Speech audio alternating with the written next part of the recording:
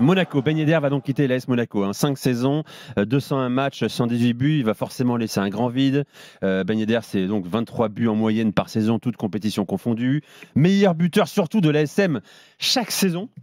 Et de loin, Monaco se déleste aussi de son plus gros salaire, 650 000 € par mois.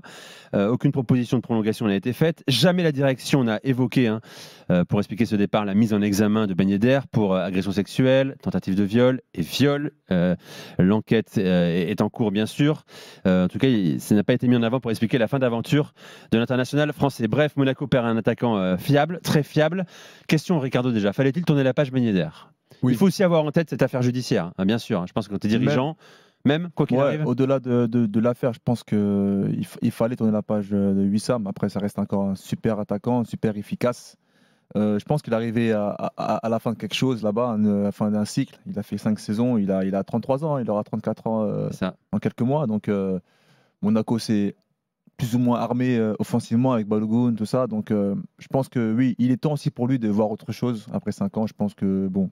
Logiquement, il y a aussi peut-être aussi l'Arabie qui peut le tendre les bras, sachant qu'il a raté encore, même si c'était très prévisible, il a raté le train de l'Euro de l'équipe de France. Donc voilà, je pense qu'il est temps pour lui de tourner la page.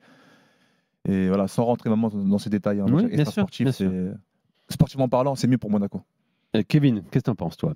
On sait ce qu'on perd, on ne sait pas ce qu'on trouve. On pensait que Balogun allait prendre le relais. Il fait une saison catastrophique. Balogun, il sera encore là la saison prochaine, logiquement, avec peut-être une recrue à venir. Kevin, qu'est-ce que tu en penses ? Non, mais au vu de, comme vient de le dire Ricardo, au vu de tout ce qui s'est passé pour Wissam Ben Yedder sur les derniers mois, il a été performant malgré tout. L'AS Monaco a déjà préparé l'avenir en recrutant l'été dernier Balogun, qui a mis une saison à s'adapter, mais ça reste quand même un gars qui est capable de marquer des buts.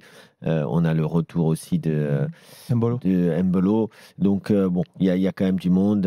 Et je pense qu'ils auront sûrement la masse salariale nécessaire pour aller chercher un joueur, puisque c'était quand même, je crois, le plus gros salaire du vestiaire. 650 000 €, je le dis, brut mensuel. Il a bien mangé, Wissam, pendant 5 ans. En tout cas, il a rendu sur le terrain quand même, le garçon. David. Oui, c'est évident en fait que c'est une page qui devait se tourner, ne serait-ce que financièrement. C'est vrai que son affaire, c'est un peu une bombe à retardement. Si au milieu de la saison prochaine, tu apprends malheureusement qu'il y a condamnation, qu'est-ce que tu fais ? Tu as gardé un gros salaire, tu as prolongé un gros salaire. Et c'est difficilement gérable. En plus, c'est un club qui est en vente, Monaco. Donc, prendre ce risque réputationnel auprès d'un futur acheteur avec un joueur qui a un peu ce panneau au-dessus de la tête, c'est quelque chose de compliqué. Il n'y a que des clubs en vente en ce moment. Non, mais vraiment, il a mandaté Rennes, il a monté une groupe. Tu prends un risque énorme à signer une prime à la signature d'un Ben Yedder avec un salaire qui ne sera pas à 80 000 € brut. Et en plus, à mon sens, un des successeurs est tout désigné et est libre. Donc alors justement, si tu veux, Ricardo, on fait un prêt à Arès avec David Griezmann et absolument. Puis, on va essayer de racheter un club aussi. Pas de souci. Bon, en portier. Tu parlais, tu ne le mentionnais pas, Georges Mikotadze, bien sûr. On l'a dit il y a 2 jours sur RMC, selon les infos. Donc, c'est une cible concrète. Discussion avec le clan du joueur avancée. Metz va lever l'option d'achat auprès de l'AS Amsterdam qui l'a prêté à hauteur de 13 millions d'euros pour mieux le revendre. Ensuite, il y aura du monde aussi sur Mikotadze. Il n'y aura pas que Monaco. Joueur qui fait en 20 matchs 13 buts. Je ne sais plus combien de passes décisives, 3 ou 4 passes décisives. C'est phénoménal en 5 mois depuis son retour en France en janvier. On est tous fans ici. Il faut le voir maintenant à l'étage supérieur. Attention, pourquoi pas à l'Ajax avec un Farioli. Je pense avec ce qui s'est passé.